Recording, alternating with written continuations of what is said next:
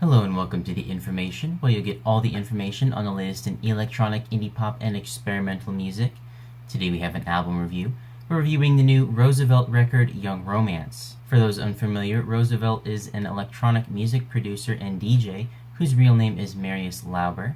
He is based out of Germany. He has been making music since the early 2010s and first hit the scene in a big way with his EP Elliot, which came out in 2013. It was 4 tracks of tight, funky yet chill rhythms. There were also some strong disco influences here as well, and it pretty much got lumped into the chill wave category when it was introduced. From that point on, Roosevelt had been signed to Greco-Roman Records, which was founded by Hot Chip's Joe Goddard. Acts like Disclosure and Totally Enormous Extinct Dinosaurs have been on the roster to give you some idea of the label's sound. And though it maybe took a few more years than some people expected, Roosevelt did eventually come out with his full-length debut, which was a self-titled affair released in 2016. That record actually became my favorite of the year due to its perfect balance of chill wave, synth pop, electro pop, and dream pop. The melodies were glossy, the vocal melodies were perfect and catchy as hell, and the hooks were undeniably great.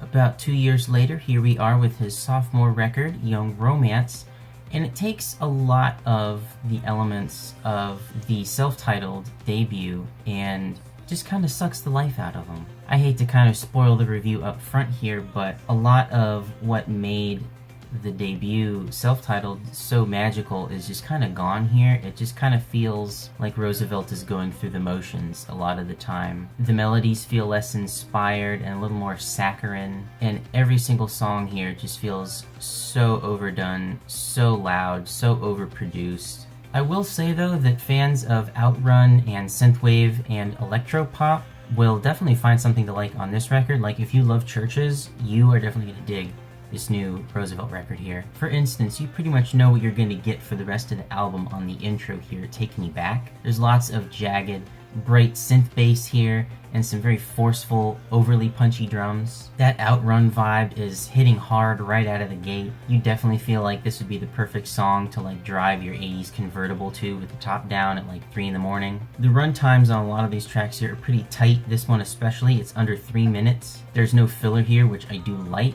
but again, some of it is just a little less original, I feel. And some of that has to do with the weird similarities in chord progressions that I found with his song Belong off of the self-titled. They both have that same kinetic up-tempo energy, and I actually found these chords to be overused a lot in other songs on this record as well. They gave me that same vibe, like specifically they sounded a lot like the track Belong. It's no surprise here as well that the next track, Under the Sun, has a very bright, sunny synth lead with some touches of muted rhythm guitar and playful piano chords. The bass here again is a little more chunkier and more distorted and electronic. I do like the arpeggio that comes in the breakdown / bridge section. It's a very similar sound to the one that was on Moving On his last record. And I do like how the drums kind of crash back in and there's swaths of white noise that fill the mix during the chorus. The next track, Your Love, ended up being one of my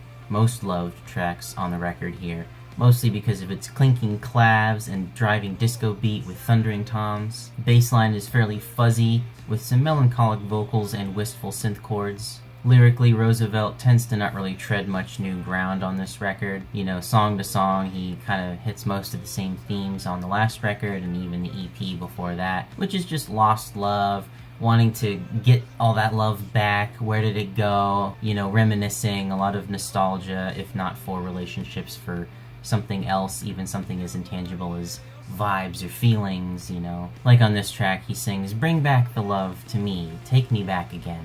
And I also do like the lush chords and the melody switch up that happens in the back half with the beautiful synth lead.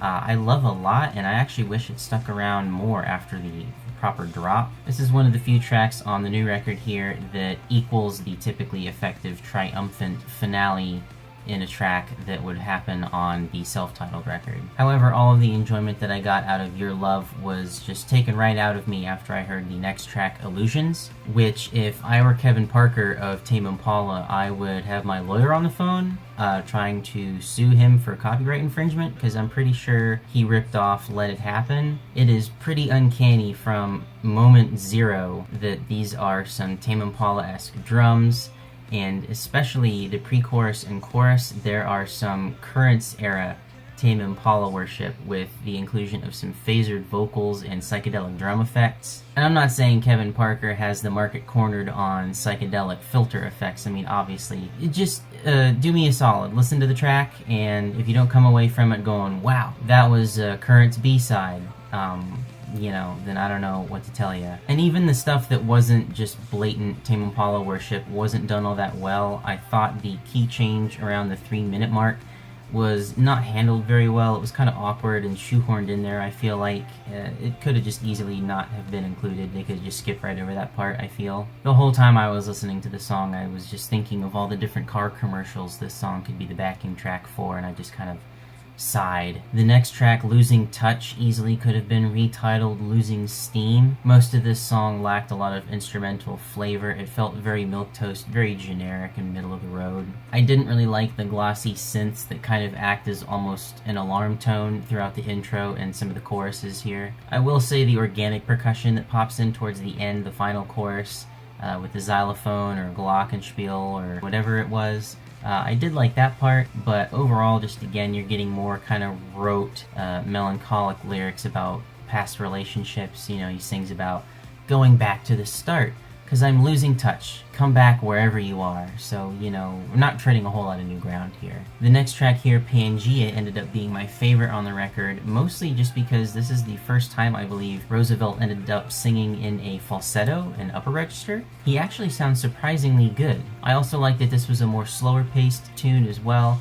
It gives the vocals and instrumentation more room to breathe. I will say again, I do get a little bit of deja vu from the chords in the chorus, sounding like the chords from Belong, but I'm able to forgive them more just because overall the song does work better on its own feet. I also like that the bass is very luscious, and it's just got the right amount of funk. They just dialed in the right amount of funk perfectly. Lucia was another forgettable Tame Impala-esque ripoff here. This one in particular gave me vibes to The Less I Know The Better, but it was mostly just because of the very punchy drums, the danceable beat, and the chunky bass line. The chorus is also pretty forgettable. It's just Roosevelt singing Lucia. I give the next track, Better Days, credit for just being the longest song on the record, if nothing else. It's the only one that ends up eclipsing the 5-minute mark, and also happens to feature some almost hip-hop inspired beats and some guitar passages that sound like they added a touch of John Mayer. I like throughout the song the sparkling guitar flourishes and the light touches of washed out synth pads. Structurally speaking, it's not one of the best songs, as the verses and choruses tend to blend into each other,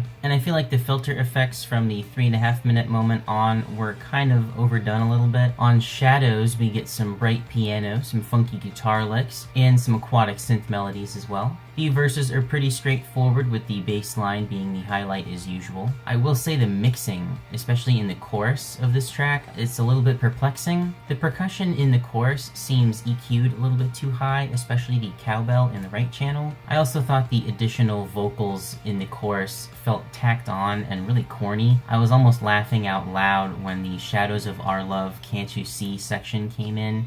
It just sounds so out of place. The song does almost save itself with the nice chord progression in the breakdown section, and I like the hi-hats that were added during this section as well. Last to Know is another track that relies heavily on the synthwave and outrun influences, and it's a synth-heavy offering as well here. I like the central synth element of the song a lot, and the verses are airy, and with the reverbed acoustic guitar strums in the bridge, they're a nice instrumental addition and change of pace to the predominantly electronic sounds. I ended up kind of on the fence, sadly, with the next track, Forgive. This ended up being the sole guest appearance on the record, this time by Washed Out, of all people. If I had a nickel for every comment on this video saying Dream Collab, I probably would have ended up with the budget that it took to make this record. And I will say Washed Out does deliver a pretty airtight vocal delivery. It's a very humid, mid-tempo offering, very R&B and soul inspired. The vocal melodies do remind me a little bit of his older song You and I that ended up on his Within and Without record. So if that's your favorite Washed Out record, I would definitely check this song out here as well. I also liked how sticky the bass was,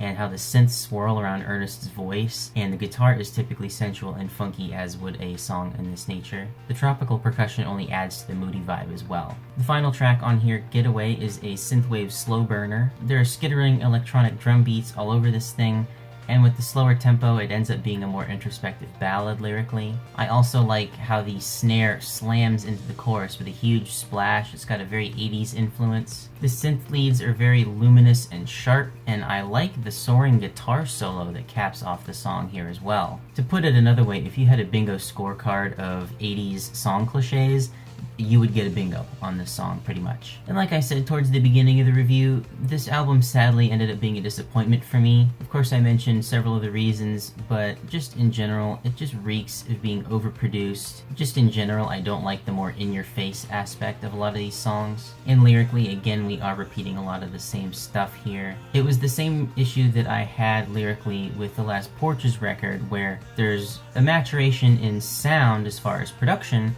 but not with the lyrics, so that kind of needs to take a step forward for me to really feel excited about the next Roosevelt project. I will say that at the end of the day, there were a couple songs that I did like that kind of stood out from the rest of the bunch. Under the Sun, Pangea especially, and to a lesser extent the Washed Out collab. But if you know Roosevelt, if you like Roosevelt, if you thought his first album was amazing like I did, maybe you won't find this to be as much of a downer of a record that I thought it was, but ultimately I came away with this giving it probably a light 6. But let me know what you guys thought of it. Did you have a favorite or least favorite track? Did you agree with what I said, or did you think I was off the mark? I'd love to hear your thoughts. Be sure to like, comment, and subscribe as always. And thank you for watching The Information.